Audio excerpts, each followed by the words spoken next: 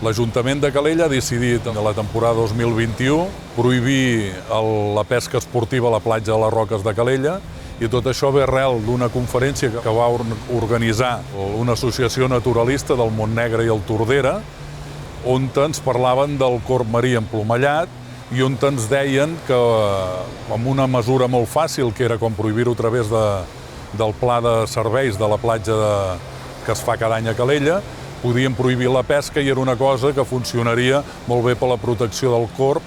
El corb marí emplomallat és una espècie vulnerable. A nivell europeu és el màxim grau de protecció que pot tenir.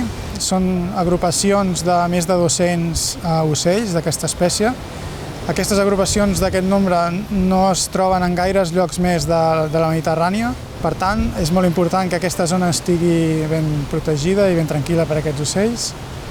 Una de les amenaces que hem trobat és la interacció amb la pesca recreativa. El que passa és que els cormarins durant el dia estan pescant, quan arriben es queden a les roques baixes descansant.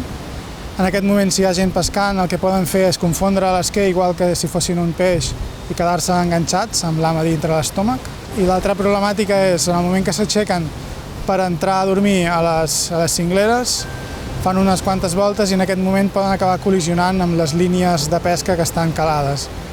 I el que farem, que hem fet ja, és posar una senyalítica que indica la prohibició de pescar en aquesta zona a tots els accessos que tenen les platges de la Roca, tant la Roca Grossa com la Vinyeta, com l'accés des de l'espai del passeig de Garbí, està indicat amb uns rètols que està prohibida la pesca esportiva en aquesta zona durant tot l'any.